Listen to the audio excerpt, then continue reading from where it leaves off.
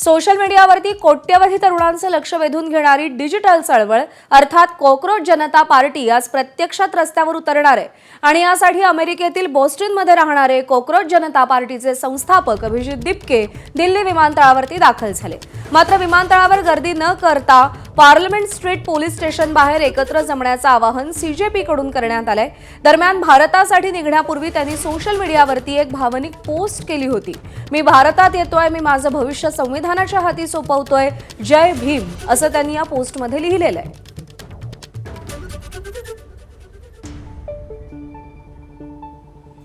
आणि दिल्ली विमानतळावरून सोमेश कोलगे आपले प्रतिनिधी आपल्याला या सगळ्या संदर्भात अधिक अपडेट देतील। सोमेश, आज सोशल मीडियावरची कॉकरोच जनता पार्टी रस्त्यावरती उतरणार आहे। दिल्लीमध्ये या पार्श्वभूमीवरती कसा बंदोबस्त तैनात आहे, काय आवाहन आहे अभिजित दिपकेंचं आणि आंदोलनाचं स्वरूप काय असेल? प्रज्ञा, आता आपण दिल्ली विमानतळाच्या टर्मिनल 3 वर उभे आहोत आणि इथे आपण पाहू शकतो दिल्ली विमानतळावर कशा प्रकारे संपूर्ण पोलीस बंदोबस्त तैनात करण्यात आलेला आहे।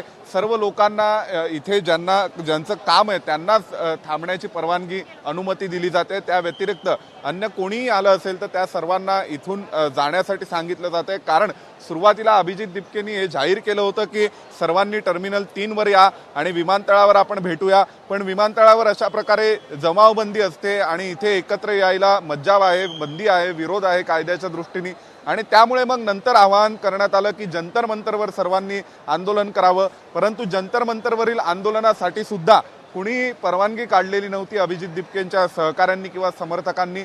आणि त्यानंतर मग एक पुन्हा नवं आवाहन करण्यात आलं की सर्वांनी संसद मार्ग पोलीस ठाण्यामध्ये यायचे आणि तिथे जाऊन आपण परवानगी काढायची आहे। परंतु सर्वोच्च न्यायालयाच्या एका निकालपत्रानुसार दिल्लीमध्ये फक्त जंतर मंतर या रस्त्यावरच एकूण विरोध प्रदर्शन निदर्शनं करण्याची अनुमती आहे, त्याचेही नियम आहेत आणि त्या नियमांनुसार संध्याकाळी 6 पर्यंतच आणि सकाळी 9 पासून दुपारी 2 पर्यंत एका शिफ्टमध्ये आणि 2 नंतर ते संध्याकाळी 6 पर्यंत असं 4-4 तासाचा साधारणपणे कालावधी। बरोबर आहे सोमेश, थोडंसं थांबवते, विनंती आहे सोबत राहा।